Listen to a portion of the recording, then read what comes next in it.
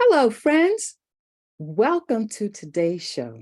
I'm Dr. Helen, founder and CEO of Dr. Helen Holton and Associates, and your host for Dr. Helen Speaks. Welcome to today's show. I'm just ecstatic that you're here to join me.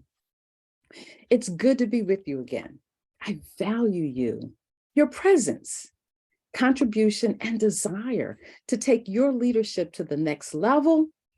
Woo! Your sharing, suggestions, and support influence the programming we bring to you each week. Drop us a note. Keep sharing. I love it. And it helps to bring different guests and topics and subjects that just get us going. So reach me at engage, E-N-G-A-G-E, at Dr. Helen Holton, D-R-H-E-L-E-N, HOLTON.com, or connect with me on LinkedIn or my website if ever you want to just get on my calendar for a quick 15-20 minute chat. Love to hear from you. Weekly, our purpose is to serve you as we discuss and explore ways to level up your leadership.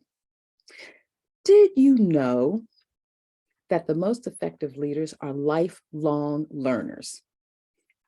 They really are. Here we offer you the opportunity for continual learning, that never-ending fountain of newness and growth. What we know is that when you learn new and different ways to leverage your strengths, which really are the best of who you are by nature and nurture, to navigate weaknesses, we all have them. Don't fret, it's no big deal. And build resilience. A powerful, powerful practice that helps you persevere and push through life's challenges that get in the way of what you want for your life. These three elements, strengths, resilience, and leadership, they open up all kinds of opportunities and really keep you on that path of moving forward. They equip, empower, and elevate you on your journey toward more success. What does success look like? How do you measure it? Give some thought to that. I'm going to tell you, but I want you to just take a second if there's something that I want you to think about it for a second. And I want to tell you. Now, if you're a regular here, you know, but it never hurts to be reminded. What does success look like? How do you measure it? Here are three clear ways to measure success and whether or not you're really stepping into that space. Number one, improvement in performance for you and your team if you lead one. Easy enough measurement, you set the tone for it. Number two, an increase in productivity. Whether you produce a product or you bring a valuable service to the marketplace, there still are ways in which you know when there's an increase in those very things. And hopefully this time of year, you're reviewing your plans, at least for the next 3 months, which is something you should kind of do every 3 months anyway. It just makes sense. And number three is growth in your prosperity potential. Profits, the bottom line. And I always preface it that way. And for if this is your first time here, maybe you don't know, I just think prosperity potential is so much bigger than just looking at the dollars and cents. There are many people with a whole bunch of ching-ching in the bank, and they are no more happier. In fact, some are quite miserable. It takes more than just money to have you own and resonate prosperity. Keep that in mind. Dr. Helen Speaks is a resource that shows up here every week to add value, to help you optimize your leadership, your life, and your legacy. We use an innovative, holistic, head, heart-centric approach to coaching, focused on helping you achieve more success, less stress, and greater joy in life. Think about greater joy in life. Our work with you lives in the space of professional development and personal growth. We all need both of these as leaders. Now, if leadership's not your thing, I'm not so sure. You might be able to get away with one or the other. I don't believe it, but some people sway in that direction. So dare me not interfere with what it is you believe. But if you're showing up here on Dr. Helen Speaks, it's about higher and higher and higher to a place where you dare to dream things that you never thought possible. And this is a fact. If you aren't willing to have those dreams, how will you know where you want to go from where you are? Something to think about. That could be a sign that you're a little stuck at where you are in life. You've got something blocking your way to something greater. And so the work that we do is in that realm, and it's all anchored in DE&I. DE&I is diversity, equity, and inclusion. All of this is wrapped up in culture. We all live in some sort of culture, and many of us live in multiple cultures when you think about it. Those clusters or communities to which you belong, where they're the spoken and the unspoken ways of how you get along or don't get along. DEI, diversity, equity, inclusion, and culture, is the hallmark upon which we stand. Research continues to recognize and affirm the significance, the value-added influences of these three behaviors, attitudes, and ways of being, and how they continue and contribute to you becoming your best you. Oh yeah, I'm all for that. That's why I keep coming back every week. So our focus this week in our Leadership and Love series is on truth. Leadership, love, and truth. And we continue this journey that comes out of my favorite book, found in the 13th chapter of 1 Corinthians, verses 4-7. I love this snippet of message, that it always brings me back to love. And when you read it and study it, I just never considered love and leadership, or one guiding the other. And when it came across me, it was like, oh my goodness, absolutely yes. And so we're unpacking this. So today we're going to talk about verse 5. And this one piece in verse 5 we're going to focus on today. It does not dishonor others. That it being love. It does not dishonor others. Let me break this down a little bit. To dishonor someone is to bring shame or disgrace. Love doesn't show in this way. Love does not dishonor, because love is not humiliating or demeaning or inappropriate toward anyone. No exceptions. It's just not possible. One of the leaders that I follow, and there are a few out there other than John Maxwell, but John Maxwell is up there, is Stephen Covey. Oh my goodness. I was introduced to Stephen Covey late 80s, had to been late 80s. Yeah, maybe early 80s. Steve Covey said this: trust is the glue of life. It's the most essential ingredient in effective communication. It's foundational. It's the foundational principle that holds all relationships. Now, I want you to think about that for a minute. Trust, the confidence, the vulnerability, the willingness to trust. And how much time do you spend not trusting? What causes you to bring up a spirit of distrust or fear? I'm going to use that word fear.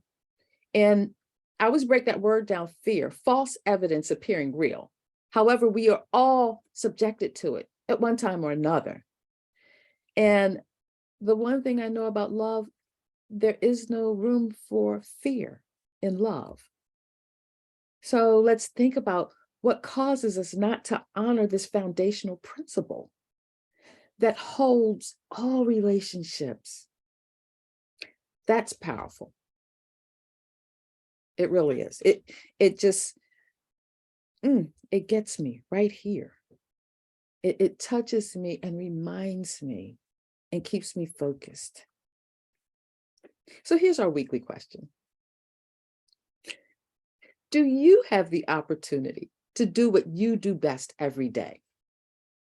And I'm going to continue to ask this every week. So it's really one of those questions you want to spend some time with and go deep into. And I ask this question because it's a powerful question. It's a coach's question. It is a coach's question. It's a great question. When you come to our show, I want you to allow yourself, your mind, to think deeper than normal. To get off that track of, okay, let me check, get this off the list. Oh, get this out of the inbox, put this in the outbox. No, I want you to allow your mind to go deeper than the tactical things we get tied up with every day. And it's normal. However, when you go deeper than where you normally live and show up about what you really want for your life, that's something no one can give you except you, because you're the owner of it. You're the dream weaver of it. But you got to get it out of you to protect it. And you do that by being bold and showing up for you and thinking deeper about what that means for you and how you get to that place. Repetition. And it was a wise person who I first heard this from. Repetition is the motherhood of all learning.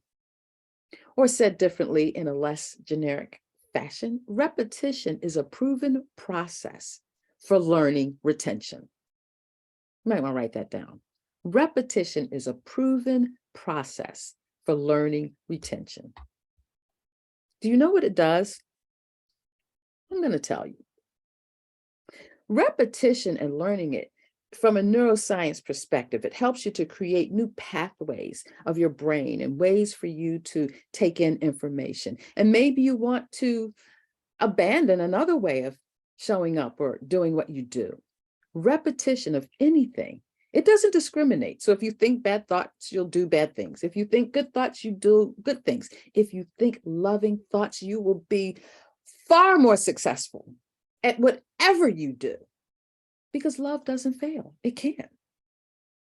But it also helps you ingest, to incorporate and integrate new learning habits and patterns into your personal reservoir of resilience and abundance. It builds you up. It helps you find and focus on what you do best. And my goodness, when you hit that space where you wake up every day and say, yes, I have the opportunity to do what I do best every single day. That's powerful, and it keeps you going. So as we continue on this additive journey, where we started with kindness, increased it with patience, and today we add on trust. These are all building blocks to strengthen you on how to increase your opportunities, how to do what you do best, and to do it with a genuine and authentic attitude of love. Let me ask you a question. When was the last time you tackled a difficult task and allowed love to lead you through? Not, let me go get somebody, not, let me defer it. Oh, let me just, no. You really said, I'm going to allow love to lead me through. Trust is a practice that makes this possible. I want to tell you a story about trust, and it's really fresh for me, and I've been laboring over it for a few months, easily, probably more. There was a person who hurt me very badly, broke a trust, destroyed my vulnerability with them to be honest about who I am. And I trusted them to be in my corner at a very important time in life. And they had been there on other occasions. faithfully, showing up, doing what was needed. At the time, there was never a doubt in my mind when I really needed to have people around me who trusted me as the chief lieutenants to execute a plan. And it was on the day that I needed them the most that they hurt. And I've harbored this hurt for years. And the more, even as I'm preparing to bring these lessons of life to you, I want you to know I learned them too. I don't get a pass. However, in doing this work, I get better at it. And so I want to share, as I'm sharing this story, even now, I feel the emotion bubbling up, but it is in this season of gratitude, the holidays, which have always been pretty volatile for me.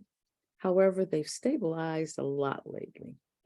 And I think about what it means to truly love, the kind of love that surpasses any understanding that any of us would have, that we can only aspire to encapsulate and be proficient in a fraction of that, what that might mean to your life. I want you to know they put out a request to me on an app I go to daily to inspire me, to help me to become a better person so that I'm a better leader for you, to teach me where I can go and be vulnerable and authentic.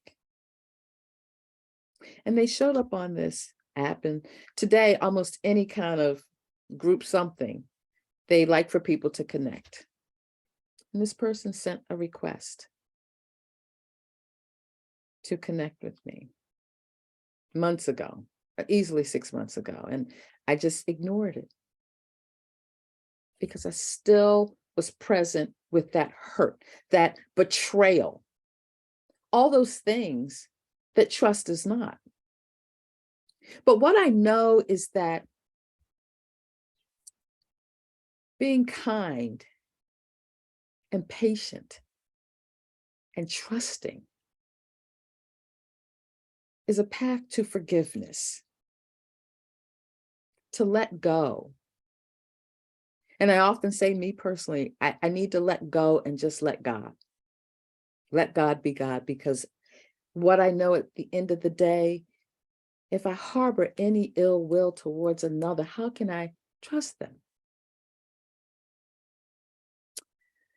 Walter Anderson said, we're never so vulnerable than when we trust someone.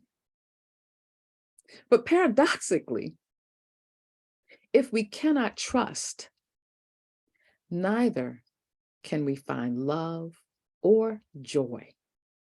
If we cannot trust, we can't find love or joy. And so there's something very powerful in bringing your vulnerability, your most genuine, authentic self to what you do in a way that honors the people you interact and engage with, how you speak to them. You don't want to demean them or make them feel less than. Who of you thinks that you don't want to be trusted, lifted up, admired by someone else? Love. I'm such a fan of Bishop Michael Curry. I have to say that. He, to me, is the love bishop. If you don't know who he is, and everyone in the world should, because I think it had more viewers than any other major world event. And he gave the eulogy at the marriage of Prince Harry and Meghan Markle. And he talked about love. He always does, in a way that is inviting, in a way that helps you to strip away all the things that you put in the way to block what's possible for you in your life. None of us are born as great leaders or even good leaders. We can become great leaders with commitment, investment, and intention to learn, to grow, to develop, to be kind, patient, and trusting. As a leader that other people want to follow, is that the kind of leader you want to be? I know it's the kind of leader I want to be. And I'm reminded of that in the words of John Maxwell, who says, if no one's following you, then you're not a leader. Think about who's following you, who wants your advice to help them to become better people. What are you doing to invite the other into your space? Because you see, love doesn't shun anyone. Take some time over these next couple of days and think about old hurts and wounds that you've not been able to let go with the simple act of forgiveness. Now, I want to give you perspective on how major a step that is, because it doesn't mean you have to genuinely want to forgive and understand we are all at one time or another hoping that someone will forgive us because we spoke too soon, we didn't care, we didn't think about them as a person versus whatever they did for you to break trust with them. It is a process and it does take time, especially with old hurts and wounds. So the story where I've just cracked open the door to heal the hurt, it will take time for me to want to reach out and communicate. However, in my heart, I know it's the right thing to do. And the only way to make it truer is to do it. Many of you know I often talk about TBD, think, be, do. These are actions. It begins with you have to think about what it is you want to before you can even think about being what you're thinking about. And then once you get to a place, okay, I've thought about it. Okay, yes, I'm accepting this. I'm going to be this. I'm going to be love. I'm going to be kindness. I'm going to be patient. And that's a big one these days. Watching the news today and hearing about all the flight delays, oh, my heart just goes out for them. Truly. And it should send a message to all of us of what we need more of: kindness, patience, trust. I want you to consider for a moment, what can you envision your leadership being led by love? And we've only talked about three little words, which is interesting. When you think about it, I've been hearing it a lot lately. It's one word. Have you chosen the one word for your life? For the next 12 months, 6 months, for the next week?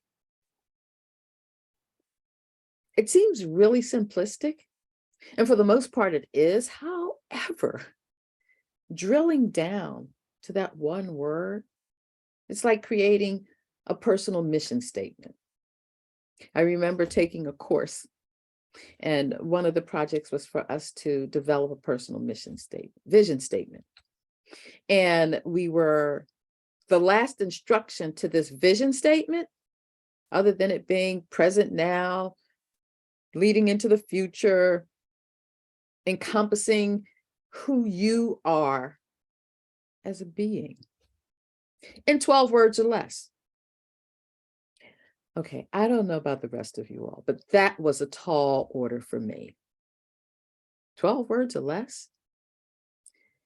And I toiled with that. I took a whiteboard and some stickies and put all these things up, thinking, working through this process. And sometimes it takes going to some really rudimentary basics. There's energy. Anytime you write a thought down, you empower it beyond that thought. Anybody ever remember in grade school that if you did something bad, the teacher made you go to the chalkboard and write, "I will not hit Susan anymore. I will not kick Bobby from his chair," whatever it was.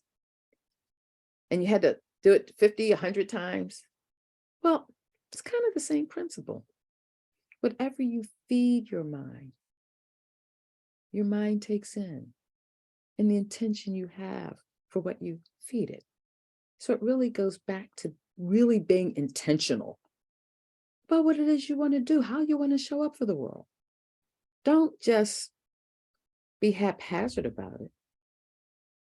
No, you want to do it because you know that's part of where you're going, what you want. Now, I will tell you, and it's not to brag about it, however, it wakes me up with such incredible joy every morning that there are times I'm like, to wake up and love what I do every day. And it kind of snuck up on me. Kinda. Yeah, I said kinda. Because I knew what I wanted and I was pursuing it and doing other things. And then one day it was like, oh, here's a great analogy. It's Christmas Eve and you got to go to bed to wake up the next day and you're just all, and then all of a sudden you wake up and it's like, oh, it's Christmas. Yes. Well, I'm Dr. Helen Holton, your host of Dr. Helen Speaks, Strengths, Resilience, and Leadership.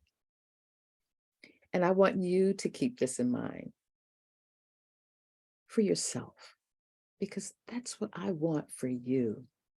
I want you to live your best life ever and to find the route that's best for you, the path that's only for you. Yes. So reach out to me if you want to learn more about it, talk more about it, find a pathway to get to where you want to be in life. We're here. And I've got associates and we got all kinds of ways we make life happen for you because you matter and I value you. So if no one's told you today, let this be that I value you. You matter. I see you and I hear you and I'm there for you because we all need that sense that there's someone there for us. And so I want you to consider this. First of all, I think you got that my personal commitment to you is to help you bring your A game to the world, to experience the best of who you are. What you have been gifted with, no one on this planet can bring other than you. And we're here to help you bring it with all that you've got and to add more to it. Yes. Oh my goodness. I just get so full when I think about this because you may be sitting there thinking, I really have all this figured out. I don't. I'm just like you. I'm a continual work in progress, but I intentionally work at it. I have coaches, mentors, colleagues, other coaches that aren't necessarily my coach, but colleagues who do what I do, and a community that embraces me and receives me. And all of this is tantamount to building your resilience. I don't just say these things willy-nilly. We're here for you. We show up every Tuesday at 1:00 p.m. Eastern Time.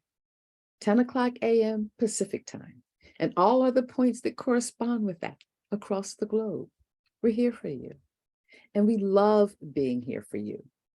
You can also catch our shows on Roku TV, Amazon Fire, Apple TV, and all of our shows will be up on YouTube, Dr. Helen Holton's YouTube channel, very soon. We're growing, we're going, and it's all because of you. Thank you for being a part of this community. And happy Kujichagulia Day. I'm Dr. Helen Holton.